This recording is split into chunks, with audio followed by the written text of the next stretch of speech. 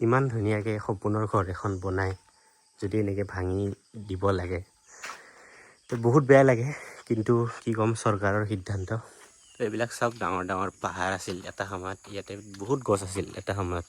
গছবিলাকো এতিয়া নাই, যিহেতু কিবা পালে কিবা হেৰুৱাব লাগিবই। আজিৰ পৰা যদি প্ৰায় 12 বছৰমান আগত আমাৰ এই গাঁওখনত একোৱেই নাছিল, লাইন নাছিল, প্লাছ ৰাস্তা বেয়া আছিল। এইটো ৰাস্তাৰ মানে একো মূল্যই নাছিল। কিন্তু বৰ্তমান সময়ত আমাৰ গাঁওখন বহুত সলনি হৈছে। এইফালে চাব পাৰে, এয়া হৈছে নবোদয় প্ৰজেক্ট, যিটো চেণ্ট্ৰেল গভৰ্ণমেণ্টৰ হয়। মই ওপৰত যে দেখাই আছোঁ, তো বহুত বেছি মাটি লৈছে।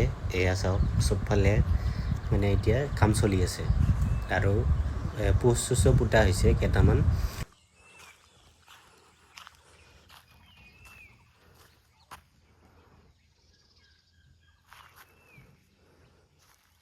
নবোদয়ৰ কাম চলাটো আপোনালোকে গম পালে। এইফালে চাওক, এয়া পূৰা বাউণ্ডাৰী ৱাল দি আছে।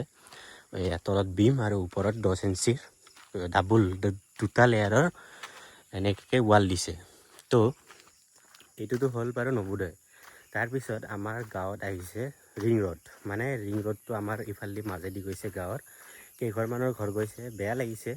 মই সেইটো আগত দেখাই আছোঁ আপোনালোকক, কাৰ কাৰ ঘৰ গৈছে। আৰু এতিয়া সিহঁতে আছে বেলেগ বেলেগ জেগাত। চবেই চৰকাৰে পইচা দিছে, ঘৰ আৰু যোনবিলাক গছ গছনি আছে। মাটিৰ পইচা এনেও নিদিয়ে আমাৰ ইয়াতে। মাটিখিনি এই মানে ম্যাদী পাত্তা মাটি নহয়, চৰকাৰী মাটিয়ে হয়। তো সেইকাৰণে মাটিৰ পইচা নিদিয়ে। তো দিয়ে যদি ঘৰৰ আৰু গছ গছনিবিলাকত দিছে। তো মই আগত দেখাই আছোঁ কাৰ কাৰ ঘৰ গৈছে আৰু কোনফালেদি ৰিং ৰোডটো গৈছে। গাঁওখন বহুত সলনি হৈ গৈছে, সেইকাৰণে মই ভাবিলোঁ কি অলপ ভিডিঅ' এটা বনাই দিওঁ।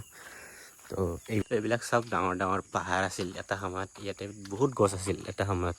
গছবিলাকো এতিয়া নাই, যিহেতু কিবা পালে কিবা হেৰুৱাব লাগিবই।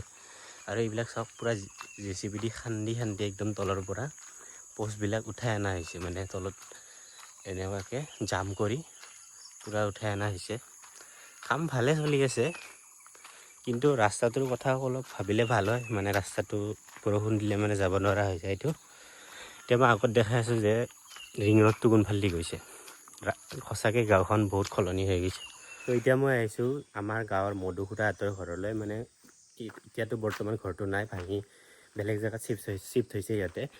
এইফালে চাওক, ইহঁতৰ ঘৰৰ মাজেদি মানে সেইটো বাউণ্ডাৰী, ঘৰৰ পিছফালটো সিফালেদি যাব এনেকৈ ৰিং ৰোডটো। আৰু সিফালে যাব এই সিহঁতৰ ঘৰৰ ইফালেদি। মই ওচৰত যাই দেখাই দিম পিছত। তো এতিয়া চাওক, ইমান ধুনীয়াকৈ সপোনৰ ঘৰ এখন বনাই যদি এনেকৈ ভাঙি দিব লাগে তো বহুত বেয়া লাগে। কিন্তু কি ক'ম, চৰকাৰৰ সিদ্ধান্ত। চৰকাৰৰ সিদ্ধান্তৰ লগত আমি একো ক'ব নোৱাৰোঁ। তো এইফালে চাওক, এইবিলাক পূৰা ভাঙি চিঙি যোনবিলাক লাগতিয়াল বস্তু আছে, দৰ্জা খিৰিকী, দৰ্জাৰ ফ্ৰেম, চববিলাক লৈ যোৱা হৈছে। আৰু ইহঁতৰো মানে চেম ঘৰে হয়, চববিলাক ভাঙি ভাঙি লৈ গৈছে। এতিয়াও কাঠ চাঠবিলাক নিব আছে সেইটো ঘৰৰ। বাকী কি ক'ম আৰু, বেয়াটো লাগে। যিসকলে আমাৰ লগত ইমান দিন থাকিল, এতিয়া সিহঁতে বেলেগত যাই থাকিব লাগিব। তো উপায় নাই আৰু, আমি সদায় তেওঁলোকৰ লগত থাকিম। আৰু এইফালে ইহঁতৰো ঘৰ গৈছে, এইফালে চাওক, সিহঁতৰো ঘৰ গৈছে। আৰু সিহঁতে আমাৰ ঘৰৰ ওচৰত গৈছে। মানে মই দেখাম পিছত, অলপ পিছত দেখাই আছোঁ। সিহঁতে আমাৰ ঘৰৰ প্ৰায় ওচৰতে বুলি ক'ব পাৰি, তাতে গৈছে। তো ইহঁতৰ বাৰু কেঁচা ঘৰ আছিল। কেঁচা ঘৰ থাকিলেও ঘৰে যেনেকুৱাই নহওক, আগতে যেনেকুৱা চলিছিল এতিয়া হয়তো চলাতে অলপ প্ৰব্লেম হ'ব পাৰে। কাৰণ আগৰ কাষৰ মানুহখিনি বা আগৰ ঘৰৰ লগত হয়তো এতিয়া বৰ্তমানৰ পৰিস্থিতি নিমিলিব পাৰে। মই দেখাই আছোঁ পুতলা খুৰাহঁতৰ ঘৰ, মানে পুতলা খুৰাহঁতৰ ঘৰো গৈছে। এইফালে চাওক, এই ঘৰ ইহঁতৰ ঘৰটো লাষ্ট সীমা মানে। তো ইহঁতৰ ঘৰৰ ইফালেদি আৰু সেইটো ঘৰৰ সেই চাইডেদি গৈছে।